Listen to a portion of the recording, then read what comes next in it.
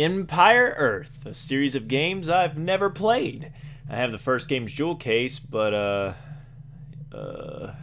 yeah. Just take my word for it. I'm not going to go looking for it. Sure, I knew this series existed. They've been rotting in my GOG library as well as in the shelves, but for whatever reason, I never played them. No time like the present, as they say. I mean, I have several thousand games, and I'm not getting any younger. So today we're looking at Empire Earth 1, the first one. And it plays a lot like Age of Empires. However, there are enough differences to keep this game from being a one-to-one clone. The list of changes is quite large, so I'll just break down the major ones. The capital is the starting building. You can build settlements and populate them with citizens to upgrade it to a town center and then to another capital. The capital has a border around it which relates to buildings and all sorts of shenanigans. I don't know. Truth be told, I haven't learned everything because, well, as the name suggests, this is more of a first-time exploration type deal video. Anyway, these strings of buildings also act as the resource depot, so when you mine, gather food, and chop wood, your citizens deliver goods to said depots. Speaking of resources, why is the food supply pumpkin patches? I guess Age of Empires 2 had berries, so they went with some other plant. See, Age of Empires 2 came out in '99, and Empire Earth came out in 2001, so yeah, they had to make sure they wouldn't complete copycats. It's kind of the same thing with the Scout. In this game, it isn't a dude on a horse, it's just a dog. Also, you don't start with a Scout, you still have to buy or build one, or whatever. Though in a way this kind of makes a little bit more sense. The dog can go through trees because it's small and nimble, and it's a perfect Scout. And I do kind of like how you have to build this Scout at the beginning, and you're not just giving it. I don't know, it adds a little bit more to preparing for map exploration. Anyway, back to resources. Unlike most collect, build, kill RTS games, the resources in this game rarely run out, especially when it comes to mines. They almost have an unlimited supply. I guess it's the best way to do things. See, in Empire Earth, you start out in the Prehistoric Age, and the last age is the Nano Age, or Space Age if you're playing with the expansion. That's a lot of time to go through, and it'd be weird if the mines dried up fairly early in an age. Because of this, economy's just a tad bit different. You can't make mills until a certain age, so pumpkins and hunting are your only options.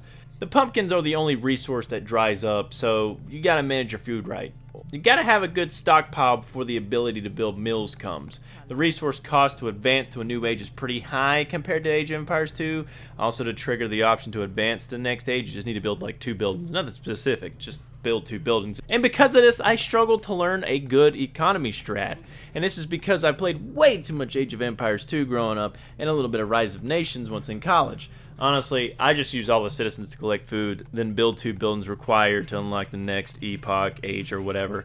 And it was still slow! And the furthest I ever got in the game was the Copper Age. I cannot see how you could progress any faster. Also, going back, before I forget about the whole populate thing, some buildings also can be populated, like the mills. They start out weak, and then when you populate them, they get better. How much better? You got me. This was all in random map game mode, by the way, because besides Red Alert and the Homeworld series, strategy campaigns kind of suck. I never liked them, but I decided why not, let's try a campaign. I went with the Germans. It's quite crazy to see a game that places the player in the role of the enemy. Germans during World War I. Kind of cool and unexpected. Too bad the campaign's a giant snooze fest, though. Also, the voice acting is something else. What has happened? I'm losing control. The engine is dying. No fear. It is stupid, after all, to die so needlessly a hero's death. Well, at least I got to try some World War I units, so woohoo. One thing I haven't gotten used to yet is the civilizations. You choose what civilization you want to grow into starting in the Prehistoric Age. It's a major change to other games where you just choose one and that's who you are. I'm not sure what the best civ is yet, and I don't know. It's gonna be kind of hard to figure it out. Last unique thing I love is the civilization editor or builder. You can create your own civ. I haven't done it yet, but I will eventually. It's just a cool feature to have, and it is balanced as you only have so many points to spend on bonuses. This would be a good way to optimize your strategy, building a civ to fit your exact playstyle. Now it's the time of the video where I complain. I love how you can zoom in so close to the ground to the point you can see the GoldenEye 64 style faces, but why can't you zoom out further? I have this issue with Age of Empires and a lot of other strategy games. It's hard to manage a large battle when your view is so zoomed in. I just want to zoom out so I can see. Next, why can only 6 citizens forage from a pumpkin patch? Like, there's room for more. Why did they cap it to 6? I don't know, it's probably something to do with balancing. Also, why does the music have to suck? Seriously, Age of Empires has like the most memorable music, while Empire Earth is the most generic film score ever.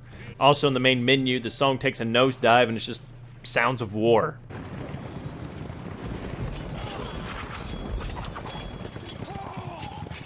I don't know what that's about.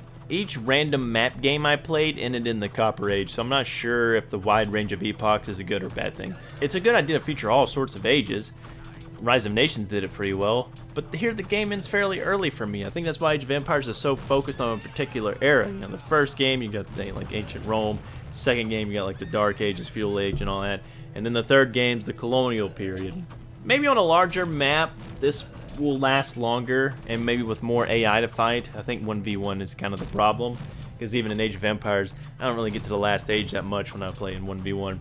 Because this game's been overlooked, there isn't much in the way of guides. There's a website dedicated to the game, as well as a few basic videos, but that's about it. Age of Empires has stolen the spotlight, and unfortunately means not a huge community.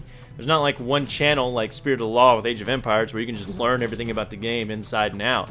So I take this as a challenge.